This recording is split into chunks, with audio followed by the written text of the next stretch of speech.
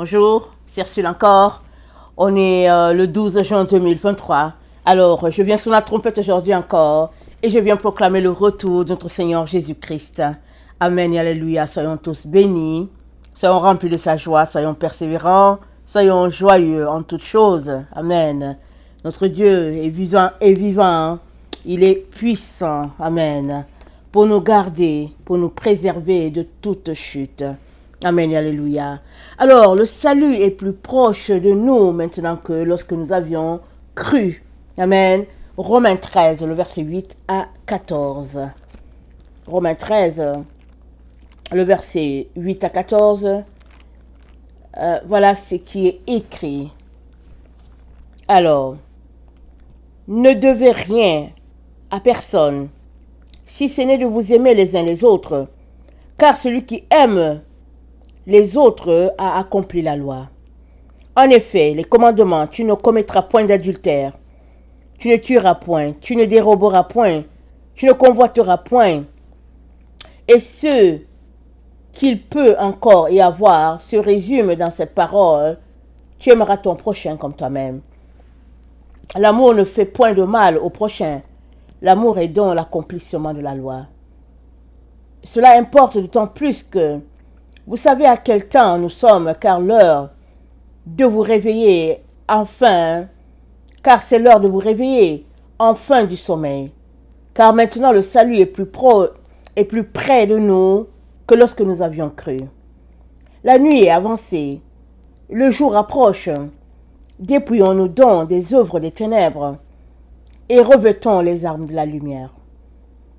Marchons honnêtement comme en plein jour, loin des excès et de l'ivrognerie, de la luxure et de l'impudicité, des querelles et des jalousies, et moi j'ajouterai, loin des réseaux sociaux, amen, de toute technologie, amen, parce que ce sont les choses qui nous occupent ces derniers temps. Combien d'heures passent certaines personnes sur les cellulaires, sur WhatsApp, Facebook, Internet, je ne sais pas combien d'heures les gens passent sur ces plateformes-là et ils ont l'impression qu'ils s'occupent à quelque chose. Alors, si tu es sur Internet en train de faire des recherches sur la parole de Dieu, on comprend que tu es occupé, tu n'es pas en train de perdre ton temps. Tu es en train de creuser, amen, dans la fondation pour chercher la vérité et venir la révéler. Mais si tu es juste là parce que tu veux causer ou bien avoir des informations sur les uns et les autres ou bien t'informer sur des choses qui ne t'apportent rien, qui t'envoient plutôt de la saleté, tu es en train de perdre ton temps. Tu es en train de t'endormir à nouveau. Alors, l'apôtre Paul nous dit, le verset 12, il dit la nuit est avancée, le jour approche. C'est quoi le jour? De quel jour parle-t-il? C'est du grand jour de l'Éternel. Ce jour terrible où on ne pourra plus rien faire. On ne pourra plus changer de côté. Si on s'est trouvé du côté des ténèbres, on va juste constater qu'il y a une séparation qui est venue s'établir entre la lumière et les ténèbres. Et on ne pourra rien changer. On sera juste dans la désolation. On sera dans les pleurs. Et Paul ne veut pas cela pour nous. Il nous dit, le jour approche. Et quand on lit les écrits, que ce soit Ésaïe, que ce soit Jérémie, que ce soit, au fait, les différents prophètes, Joël, ils parlent de ce grand jour terrible. Ce jour-là, où la colère de Dieu va se manifester contre les impies, mais aussi malheureusement contre ses enfants qui se sont rebellés ou qui se sont laissés prendre au piège de la séduction. Et le Seigneur ne veut pas cela pour toi. Et aujourd'hui encore, il vient avec ce message d'encouragement pour te dire, le salut il est plus proche de toi maintenant que lorsque tu as cru. C'est parce que tu as cru il y a 1 an, le salut est plus proche aujourd'hui parce que ça fait 12 mois que tu es dedans. C'est parce que tu as cru il y a 20 ans, le salut est plus proche parce que ça fait longtemps que tu as cru. Mais il faudrait que tu puisses décider de changer, n'est-ce pas? Tu puisses décider de demeurer dans la lumière. Excusez-moi.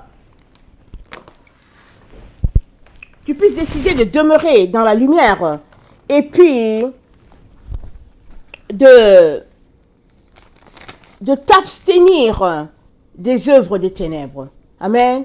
Et c'est un choix, c'est une décision et c'est des actions à poser, voilà. Des actions à poser pour ne pas se retrouver dans la léthargie, dans la paresse, dans les futilités. Amen. C'est des actions que tu es appelé à poser. Ça, c'est très important. Alors, dans le même verset, on était au verset 12. Paul nous dit, dépouillons-nous donc des œuvres des ténèbres et revêtons les armes de la lumière. Les œuvres des ténèbres, on les connaît tous. On peut les énumérer. Je vais rapidement citer ce qui est dit dans Galates, les œuvres des ténèbres, mais on les connaît. Et dans Galates, le chapitre 5, le verset 16 nous dit, je dis donc, marchez selon l'esprit et vous n'accomplirez pas les désirs de la chair. Car la chair a des désirs contraires à ceux de l'esprit et l'esprit en a de contraires à ceux de la chair. Ils sont opposés entre eux afin que vous ne fassiez point ce que vous voudriez. Si vous êtes conduits par l'esprit, vous n'êtes point sous la loi. Or, les œuvres de la chair sont manifestes, sont l'impudicité, l'impureté, la dissolution, l'idolâtrie, la magie, les inimitiés, les querelles, les jalousies, les animosités, les disputes, les divisions, les sectes, l'envie, l'ivrognerie, les excès de table et les choses semblables. Je vous dis d'avance, comme je l'ai déjà dit, que ceux qui commettent de telles choses n'hériteront point le royaume des cieux. On peut y ajouter encore, parce que dans notre temps, il y a d'autres choses qui sont ajoutées. Mais si on prend ces grandes lignes, telles que présentées dans Galates 5, le verset 16, on peut regrouper tous les œuvres de mal là-dedans. Alors, on est appelé à se dépouiller. Se dépouiller, c'est quoi? C'est enlever un vêtement. Amen. Parce qu'on a revêtu Christ. Pourquoi avons-nous revêtu Christ? Parce que nous avons décidé de nous dépouiller de notre vie. Alors, tu ne peux pas en même temps te dépouiller, revêtir Christ et encore revêtir le monde. Revêtir le vêtement sale que tu avais ôté. Tu t'es déjà dépouillé? Laisse donc le vêtement dans la saleté, dans la poubelle, laisse-le là-bas. Ne retourne pas le chercher.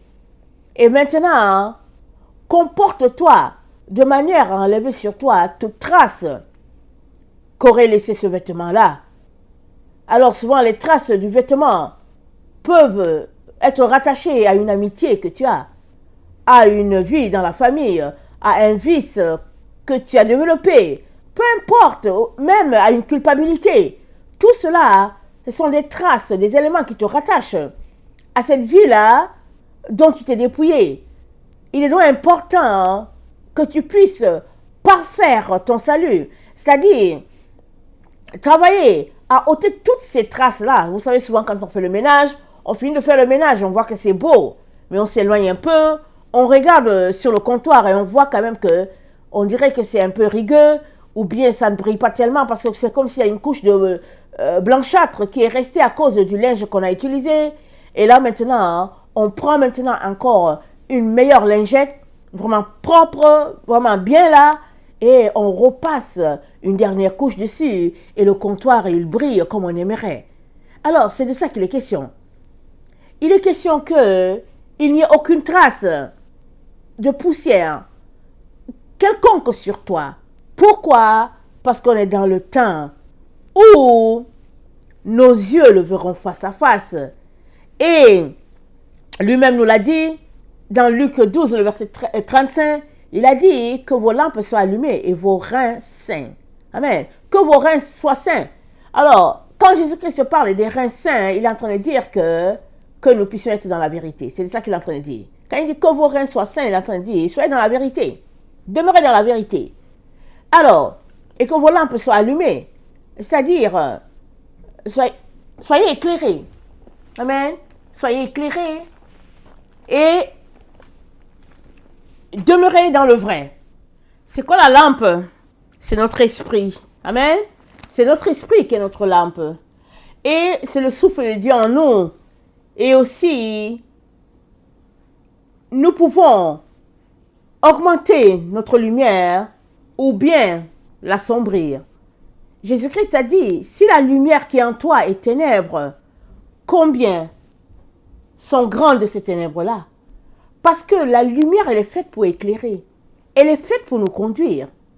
Et si ce qui t'éclaire, ça te perd, c'est terrible. Voilà pourquoi Jésus-Christ a dit que vos lampes soient allumées. Mais maintenant, comment allumes-tu ta lampe? Tu allumes ta lampe en allant chercher du nécessaire. Quand tu veux allumer une lampe, tu as besoin du pétrole, tu as besoin des allumettes. Et s'il n'y a pas d'allumettes, il n'y a pas de pétrole, si tu es dans un village, tu cherches là où il y a un feu. Amen. Tu cherches là où il y a un feu, tu regardes la maison là où il y a un peu, là où il y a une fumée, tu dis, dans cette maison il y a le feu, vas-y là-bas. Vas-y chercher la braise dans la maison là où il y a le feu. Et on envoie l'enfant aller chercher la braise dans la maison là où il y a le feu. Même si c'est à une distance d'1 kilomètre, 2 kilomètres, 3 kilomètres, l'enfant doit courir pour aller dans la maison là-bas pour dire, ma mère m'envoie chercher une braise. Et ils vont lui mettre une braise de charbon, amen, dans un bocal, pour que quand l'enfant arrive à la maison, la braise soit encore active. Et ce qu'ils font souvent, c'est que s'ils mettent une braise à l'enfant, ils mettent 2 ou 3 autres à côté. Ils ne mettent pas, c'est pas de la flamme, c'est pas quelque chose, c'est pas de la paille qu'ils vont mettre parce que l'enfant va se brûler. Ils mettent une braise et à côté, ils ajoutent une braise ou 2 autres braises et puis ils s'assurent que l'enfant va arriver avec la braise pour que sa mère puisse aussi allumer son feu à elle. C'est comme ça que ça se passe dans les campagnes, dans les villages. Ok? Mais c'est la même chose pour nous les enfants de Dieu. Jésus-Christ dit que ta lampe, que ta lampe soit allumée. C'est à toi d'aller chercher le nécessaire. Maintenant, il y a des foyers qui sont allumés par-ci, par-là, parce que Dieu les a allumés. Dieu merci aujourd'hui pour Internet. Amen. Il y a des foyers où les feux sont allumés. Vas-y donc prendre ces feux-là et puis mets-toi à souffler ton feu à toi pour qu'ils prennent aussi. Amen. C'est à ça que Dieu nous appelle. Mais il y en a qui prennent la braise et finalement ils finissent par éteindre leur feu en soufflant. Ils mettent toute leur salive là-dedans, ils éteignent tout le feu. Ça, c'est vraiment l'image qui est en train de se passer. Et le Seigneur vient nous encourager dans les temps dans lesquels nous sommes. Il nous dit, ce n'est pas le moment d'éteindre son feu. C'est le moment plutôt de garder sa lampe très allumée. Vraiment une intensité assez considérable. Et dans le texte que nous venons de lire toujours, amen, toujours dans le verset 12, on est dans Romains 13, le verset 12, c'est dit,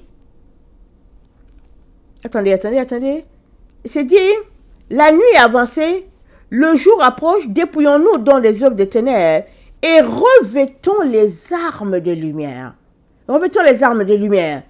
C'est exactement comme que vos lampes soient allumées. Mais c'est quoi les armes de lumière? Regardons dans Éphésiens 5. Dans Éphésiens 5, nous sommes informés des œuvres de lumière. Amen. Éphésiens 5, le verset 7, c'est dit, n'ayez donc aucune part avec eux. Autrefois, vous étiez ténèbres. Maintenant, vous êtes lumière dans le Seigneur. Marchez comme les enfants de lumière. Car le fruit de la lumière consiste en toutes sortes de bonté, de justice et de vérité. La lumière est un fruit à 3 parties. Amen. C'est un fruit à 3 compartiments. Alors, il y a la bonté, il y a la vérité et il y a la justice. Et Paul nous dit de se revêtir des œuvres de lumière.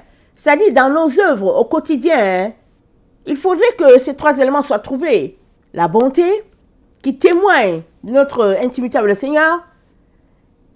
La justice, qui témoigne de notre marche de droiture. Et la vérité, qui est le sceau des enfants de Dieu.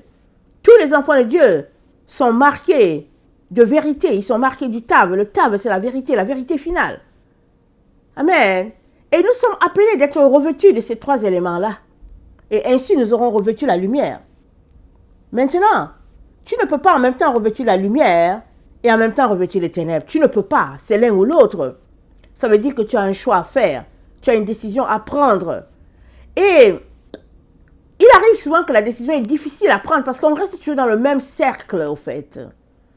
On décide de suivre Jésus, on est toujours dans le même milieu. On décide de suivre Jésus, on garde toujours, au fait, la relation avec les autres. On ne peut pas. On ne peut pas. Parce que en même temps, on veut de Jésus, en même temps, c'est un milieu qui nous souille. On est appelé donc à se séparer. La séparation, elle est triste, elle est très triste.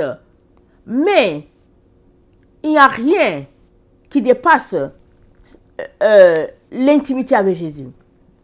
Si tu te sépares pour gagner Christ, alors c'est la plus belle chose que tu peux faire de ta vie. Et nous sommes appelés à nous séparer des œuvres de ténèbres pour revêtir les œuvres de lumière. Et la plus grande lumière qui existe, c'est notre Seigneur Jésus-Christ.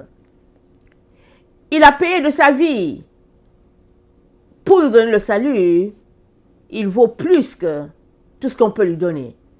Alors, tu n'es pas perdant. Si tu donnes ta vie à Jésus, tu n'es pas perdant si tu donnes tout à Jésus. Et même, c'est la seule chose que tu dois faire pour gagner tout en retour. Il a dit quoi? De renoncer à soi. Alors, renoncer à soi, c'est quoi? C'est renoncer à tout. À ta famille, à tes amis, à tout le monde. De renoncer et recommencer une vie dont la base, c'est Christ. Et il est celui-là qui te dirige dans toutes les directions. Alors, n'ayez donc aucune part avec eux. Autrefois, vous étiez ténèbres. Maintenant, vous êtes lumière dans le Seigneur. Marchez comme des enfants de lumière. Donc, les enfants de lumière, ils ont une manière de marcher. Je viens de lire Éphésiens 5, le verset 7. Éphésiens 5, le verset 8. Les enfants de lumière, ils ont une façon de marcher. Alors, tu peux regarder dans ta marche pour savoir, est-ce que tu marches comme un enfant de lumière ou pas? Et si tu ne marches pas comme un enfant de lumière, il est temps que tu marches, que tu laisses ce que tu es en train de faire, que Dieu n'aime pas, et que tu décides de faire ce qu'il aime. Amen. C'est la voie, c'est le conseil. Et puis, donc notre Seigneur nous dit, dans Luc 12, le verset 35, il nous dit que vos reins soient saints, vos lampes allumées. Il dit, soyez semblables à des hommes qui attendent que leur maître revienne des noces, afin de lui ouvrir dès qu'il arrivera. C'est-à-dire, on doit être zélé, vraiment tout feu, tout flamme pour notre Seigneur. On doit être enflammé pour notre Dieu. Pas refroidi, mais enflammé. C'est comme ça qu'on doit être, jusqu'à ce que nous puissions le voir face à face, que nous puissions connecter à lui. Parce que on est dans le temps où il vient nous voir dans notre quotidien. Qu'est-ce que nous faisons? Lui avons-nous tourné le dos? L'avons-nous trahi? Ou bien sommes-nous toujours en train de courir notre course? Amen. Très, très important. Alors, et c'est dit, il va venir, mais il va venir par un effet de surprise. Amen. Ça, c'est très important. Il va venir par un effet de surprise. Seras-tu prêt? Alors, quand tu fais les choses comme ça se doit, tu n'as pas à craindre s'il vient dans une surprise ou pas. Et mieux même, tu seras content. Amen. Tu seras content parce que tu es prêt à tout moment. Et c'est à ça que nous sommes appelés. Alors, le Seigneur nous dit que nous sommes dans le temps là où il y a beaucoup de lumière. Amen. Nous sommes dans le temps où la révélation est là. Nous sommes dans le temps où nous voyons mieux. Nous sommes dans le temps où le discernement et à s'épousser, parce que Dieu le permet ainsi pour tous ceux-là qui ont le regard, qui sont retournés à la base, à l'Est, amen, à l'Orient, à la porte d'Orient, c'est-à-dire en Israël. Amen. Donc, nous sommes appelés à être braves, 407 dans la concordance grecque, nous sommes appelés à être braves, garder notre foi, amen, l'intensité de notre amour envers le Seigneur doit être vraiment palpable. Et dans 1 Corinthiens 16, le verset 13, voilà ce qui est dit. 1 Corinthiens 16, le verset 13, c'est dit, veillez, demeurez fermes dans la foi, soyez des hommes, fortifiez-vous. Veillez, soyez des hommes, fortifiez-vous. Pourquoi il nous dit de se fortifier? Parce que l'ennemi s'attaque à notre homme fort. Amen. Jésus-Christ a dit quoi? Il n'y a personne qui entre dans la maison de quelqu'un sans avoir d'abord lié l'homme fort. Après quoi, il peut piller les biens de la personne. Ton homme fort, c'est ta personnalité à l'intérieur. C'est-à-dire, c'est ton homme, la force que tu as à l'intérieur. C'est ça ton homme fort. Très souvent, l'ennemi l'affaiblit pour pouvoir entrer dans ta maison. C'est la stratégie de l'ennemi, d'affaiblir les enfants de Dieu. Mais toi, tu dois travailler tous les jours à bâtir ton homme fort, à asseoir la force de ton homme fort, si je peux le dire ainsi, par la parole de Dieu, dans le jeûne, la prière, le renoncement aux œuvres mortes, tendre les mains vers les personnes dans le besoin.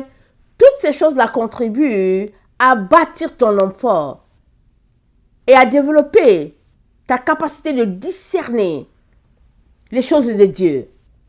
Et tu as besoin de foi, bien sûr, et tu as besoin de dépendance totale, de dépendre totalement du Seigneur Jésus-Christ.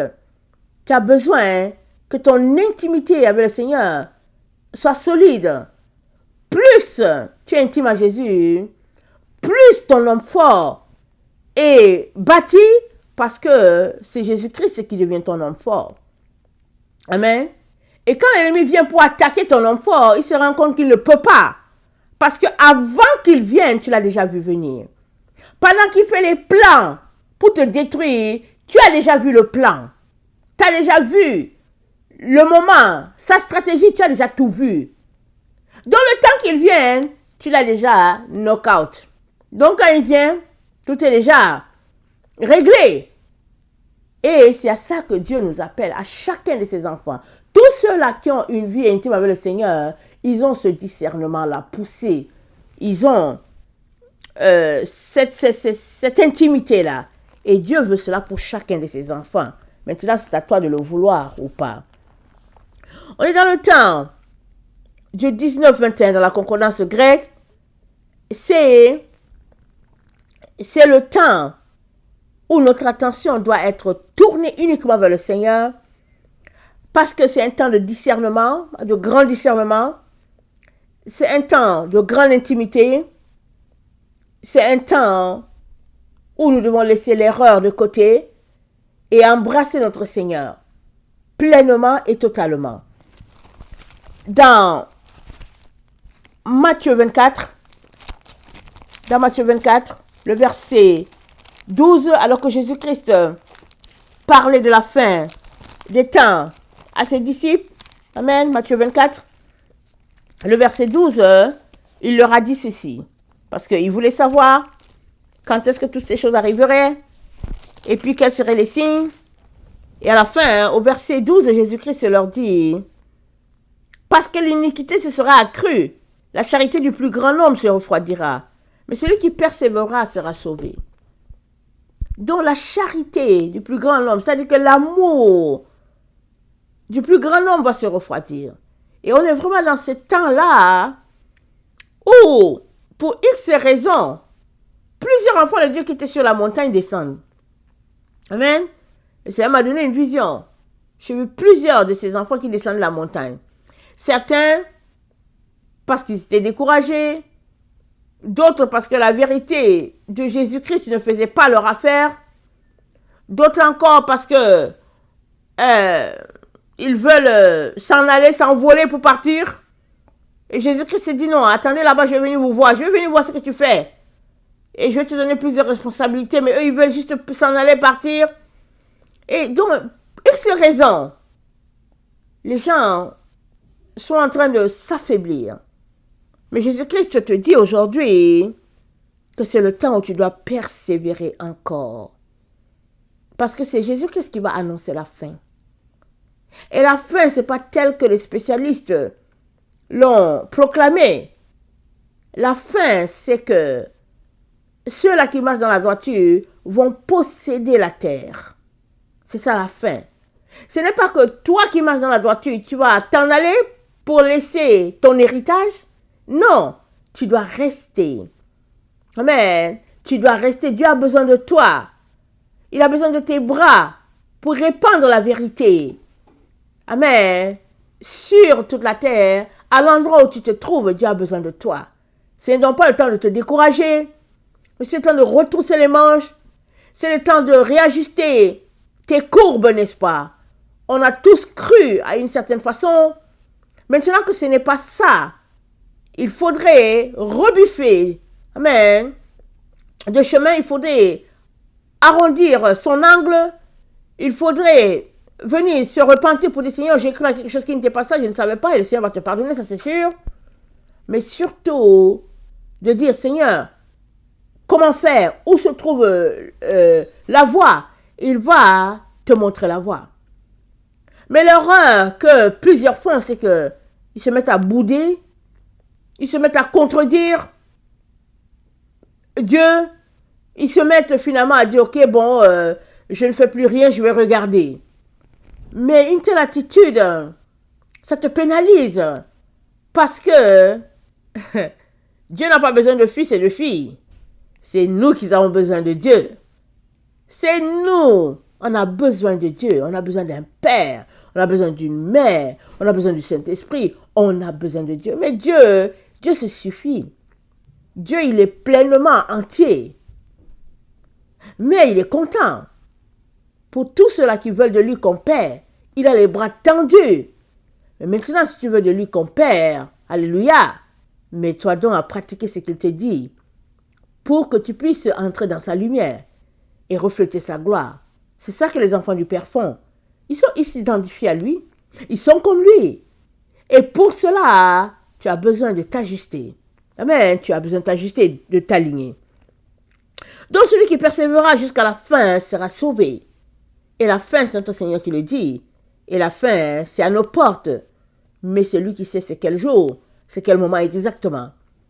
Alors que l'ennemi est en train de faire pression partout pour pouvoir tacler les enfants de Dieu, toi, tu dois aussi augmenter l'intensité de ton amour. Amen. Tu dois être brave encore pour pouvoir garder ton intimité et aller chercher le plus grand nombre.